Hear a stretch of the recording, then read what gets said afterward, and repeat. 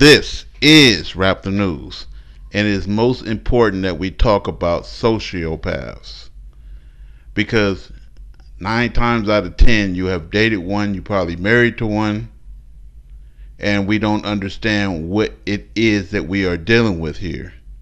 So you got these people who are, according to scripture, Satan's children.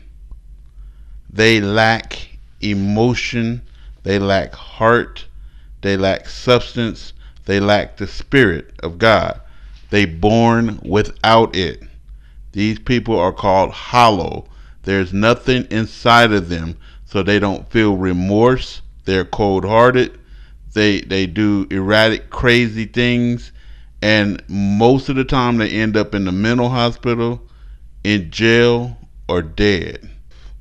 And so basically, you're in a relationship with somebody. When they get in a relationship with people, they're doing it to get something out of it. They're not doing it because of love. If you feel happy, they don't understand the emotion of happiness. So these people never feel happiness. They pretend to be happy. They know how to smile and fake it. If you're crying at a funeral, they don't understand why you're crying. You're crazy to them. It's like, why are you crying over this person and displaying any emotion? They don't understand emotion. And so one of the closest people I can point out is Dr. Spock. So he only want to use logic. Sociopath. If anybody watched the series of Naruto, if you look at the character Sai, sociopath, and a whole lot of characters are sociopaths. The devil is trying to show you his children, but you don't want to see them. And so again, you can spend 5, 10, 15, 20 years of a person being emotionally involved. They were only in that situation because you took care of them and benefited them. When you no longer benefit them, these sociopaths will leave you on a drop of a dime as if there was no connection between you because, again, they are hollow inside. They have no heart, they have no spirit, and they damn near is soulless. You know what I mean? These are the people that's going straight to hell, I believe, without judgment. Let's get into it. You hurt others and don't care. Because if I encounter a certain kind of person, and if I'm talking to you and I sense a level of weakness, I get kind of the urge to prey upon that. So it's sort of a personality disorder where you're constantly at war with other people and with your surroundings generally. So you see other people as your enemy, and you see yourself as someone who has to form alliances and break alliances and conquer territory, and you can either be victorious or meet defeat, and your whole life is basically a fight. You lack any kind of moral identity and moral compass. Morals don't play a part in your thinking. You'll do whatever it takes to get what you want, regardless of the damage. I'll speak to someone. I won't really tell them much about me. They'll tell me about them, and then once they tell me about them, I'll kind of form a personality. I'll exaggerate certain features about my own personality to match what it is that they're looking to see. And then once I get my goal, whatever that goal is, then I'm done with the situation, and then I move on. So the issue of control is very big. You are notorious for being emotionally removed. You don't feel empathy for other people's problems and only view relationships as a means to an end. No, I thought everyone else was different. As a kid, I thought they were the weird ones. They see the world as a place that needs to be conquered or is full of potential enemies that they need to be quickly gaining control over. So it's very much a hierarchy, and it's a big power struggle. So they're not at peace with the world. A cornerstone trait of the sociopath is lying. You compulsively lie to get what you want and manipulate and confuse a situation. People grow older and they experience that they have been in a lot of conflicts with other people, and they have destroyed their own relationships repeatedly. So they lose more and more people, and they end up sitting very much alone. And they also begin to learn that it's their own actions that cause all these rifts. Like, why do you get so sad at certain things? Why do you get so excited over certain things? Like, it's not, I just looked at it like it's not It's not natural. You're confident beyond a doubt that you're benefiting everyone around you by your mere presence. Often, you'll use people and then throw them away when you're done with them. I wasn't really able to relate to other people, and when people would get extremely angry or extremely sad, I would say as a kid more so I would actually get annoyed, or if people would get overjoyed, and sometimes people get super excited, they jump up and down, they clap. As a kid, I would get annoyed by that because it's like, I don't understand what's the purpose of this overt display. Whereas when a person is young, what they tend to think is that it's someone else's fault. You're a skilled manipulator that twists and turns situations to your advantage. You also know how to seduce and charm people to your viewpoint and to be on your side. Yeah. I would outsmart a lot of my teachers. I would come up with lies on the spot. Like, I would come into class and my teacher would ask, "Where's the homework?" I would tell her, "Oh, my dog, he got rushed to the hospital last night. And we were there late until about 3 a.m. And there was this problem and that problem and that problem. And I don't even have a dog, never had a dog." They don't want to feel normal. They're in many ways special and needs to be recognized as special, needs to be shown proper respect. The respect can be very important. You're superficially charming. Seeing other people as objects and a means to an end, you use your charming personality as a tool to achieve your goals, making your emotions superficial and shallow. Once you have them in your grasp, the charm will wither away, and your true personality will reveal itself gradually. If I have something that I want to get, then I'm gonna do my best to get it. In some ways, they can have actually been marginalized, and that's also why they might look for peer groups where their anger, their impulsivity is more respected and acknowledged. They're actually appreciated. Emotional attachments with others have little to no value to you. You're fine showing some of your emotions when it benefits you, like anger, but connecting with anyone on a healthy emotional level doesn't interest you. They will need to find people that they can sort of say cooperate with, that they can form these alliances with. They can be partners in crime, or they can do drugs together. So there will be this sort of attraction to people, to like-minded people. I would say watch them, watch and see how it is they react to certain things.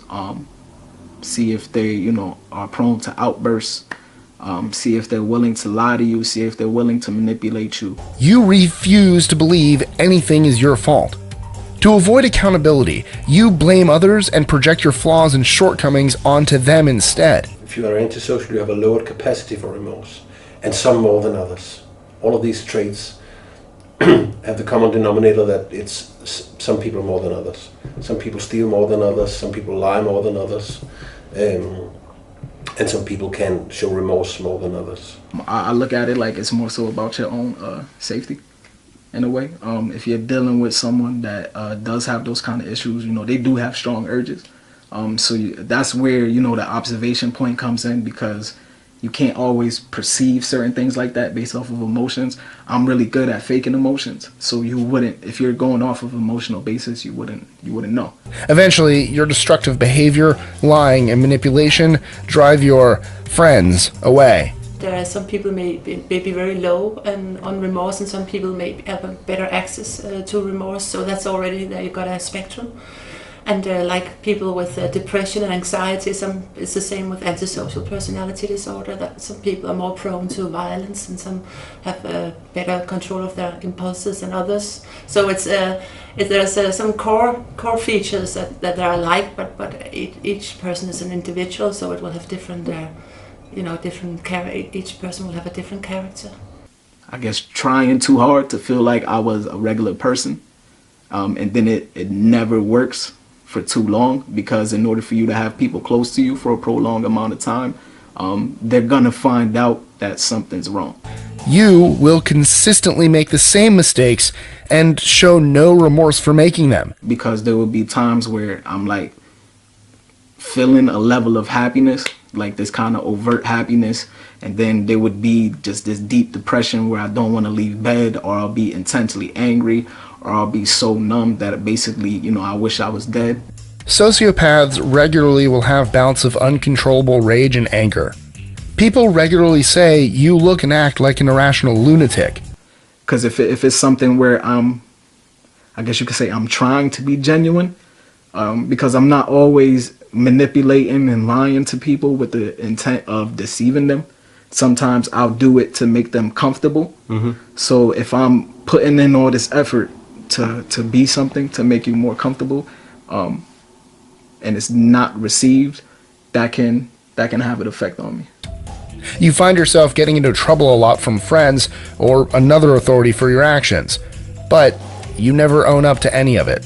12. So say, for example, if someone came up to you and they told you, oh, my grandma just died last night. You may feel intrinsically sad when they tell you that. You may feel sensations almost as if your own grandmother passed away. For me, it's not like that. I won't say that I don't care. That's harsh, but it doesn't make me sad to hear that at all. So instead, what I'll have to do is I'll have to logically understand that, okay, this is an event that people typically get sad at. So I would have to find words of confidence to give them. I'm sorry that happened to you. I know that must be hard. Is there anything I could do? Would you like to talk? You usually can't hold down a job. Rather than looking to help the company, you only want to help yourself. My grandfather passed when I was about, I was 5 or 6. I remember sitting on my father's lap and he was crying, and I remember wiping the tears off his face and telling him it was going to be okay. I understood that my grandfather was gone and he wasn't going to be coming back, but at the same time, I didn't understand why all the tears. Any form of physical intimacy is just that, physical and nothing more. It's another one of your needs you have to fulfill, and once you get it, you'll hit the road. It's not really you. Like if I like a person, me liking a person is based off of traits that I notice within them that I feel like would be basically beneficial for me going down the road, and I would like to explore those traits further. Like in a relationship, for example, if I meet someone that I have an interest in romantically, like I don't like you the same way, like how people like each other. I don't feel any emotional attachment to that. So in order to make someone comfortable and lack of emotional attachment, I have to wear a mask. Like I have to remind myself to tell my family members I love them. I have to remind myself to maintain in contact with my friends and things like that. You're unreliable and flaky, bailing on others the moment it doesn't benefit you. Even after leaving someone high and dry, you won't apologize because you don't think you did anything wrong. If you're bored, you'll decide to stir up some drama between your friends to make things more interesting, regardless of who it hurts or the fallout from it. A lot of trauma is passed down. So if I do something to you, for example, and you carry that throughout the rest of your life, I don't know if you have a wife or kids, but let's say you go on to have a wife and kids, and now your trauma from the event that you had with me filters into that. Now your wife starts to get a level of trauma, your kids start to get a level of trauma, other people that are close to you start to get to a level of trauma. Anyone you meet, it's possible the same thing can happen. So I look at it from that perspective. It's not an emotional thing, it really is a logical thing.